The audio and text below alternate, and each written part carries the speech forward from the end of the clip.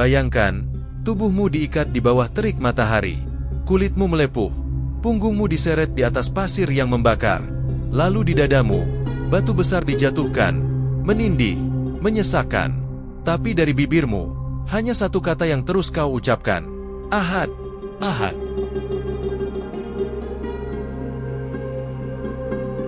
Sebelum kamu lanjut nonton kisah luar biasa ini, tekan tombol like sebagai bentuk dukungan untuk konten Islami. Subscribe agar kamu nggak ketinggalan kisah inspiratif lainnya. Dan tulis di komentar, Ahad, Ahad. Kalau kamu bangga menjadi bagian dari umat yang menyembah Tuhan Yang Esa.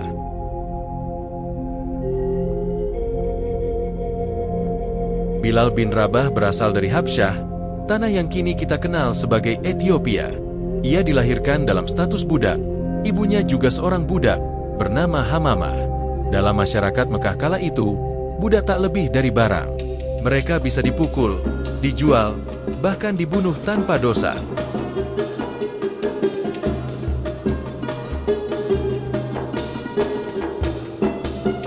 Bilal diperbudak oleh salah satu tokoh Quraisy yang paling kejam, Umayyah bin Khalaf.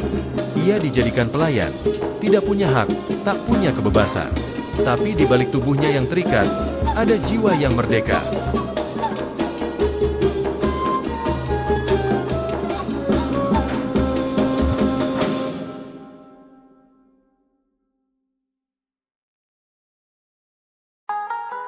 Ketika cahaya Islam mulai menyebar di Mekah, Bilal termasuk dari segelintir orang pertama yang menerima dakwah Rasulullah.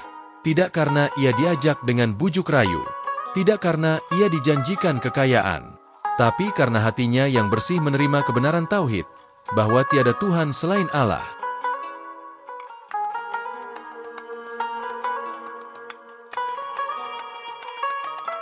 Namun keislamannya membawa petaka. Umayyah bin Khalaf murka. Baginya, Bilal telah menghina berhala-berhala mereka, menolak Tuhan-Tuhan mereka. Maka mulailah penyiksaan demi penyiksaan.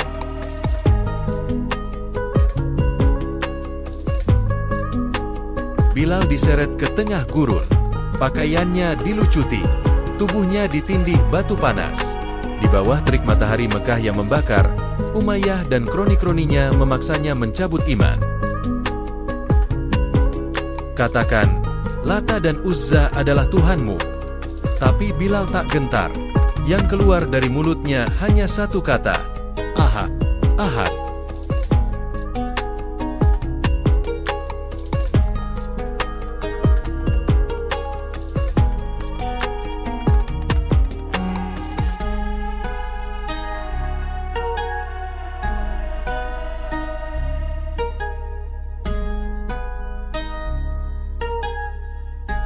Berita tentang siksaan Bilal sampai ke telinga Rasulullah.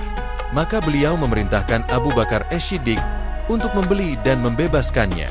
Abu Bakar menebus Bilal dengan harga yang sangat tinggi, karena Umayyah ingin merendahkannya.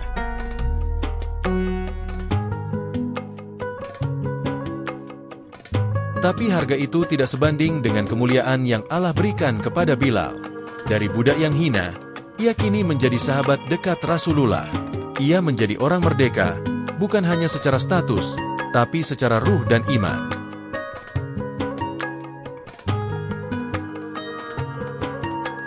Setelah hijrah ke Madinah, Rasulullah membangun peradaban Islam. Lalu ketika adzan mulai disyariatkan, Nabi menunjuk satu orang untuk melantunkannya, Bilal bin Rabah.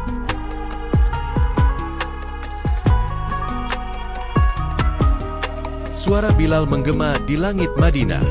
Dengan suara yang dalam dan penuh iman, ia menyerukan, Allahu Akbar, Allahu Akbar.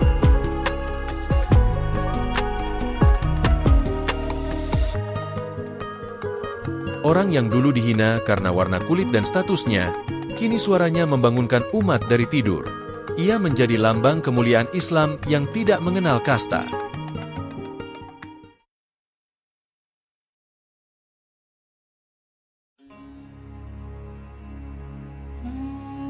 Saat Rasulullah wafat, Bilal begitu terpukul. Ia tidak sanggup lagi mengumandangkan adzan. Suaranya tercekat, air matanya menetes. Ia kemudian meninggalkan Madinah dan tak pernah lagi menjadi muazin sampai suatu ketika di masa pemerintahan Umar bin Khattab, Bilal kembali ke Madinah. Saat itu, para sahabat memintanya adzan sekali lagi.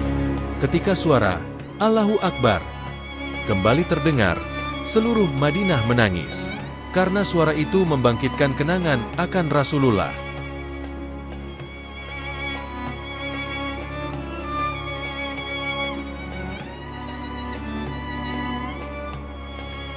Bilal wafat di Syam dalam usia yang tua dan iman yang kokoh.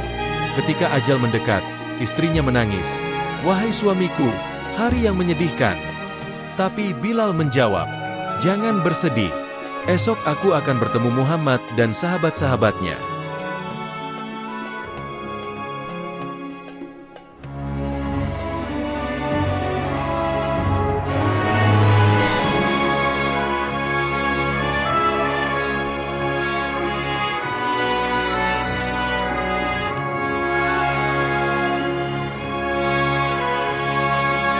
Bilal bin Rabah bukan hanya kisah seorang budak yang dimerdekakan.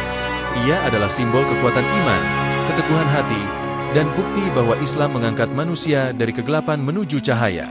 Dari tanah gurun yang membakar, hingga suara yang menggema di menara masjid selama ribuan tahun, nama Bilal tetap hidup. Karena ia hidup dalam seruan tauhid. Ahad, Ahad.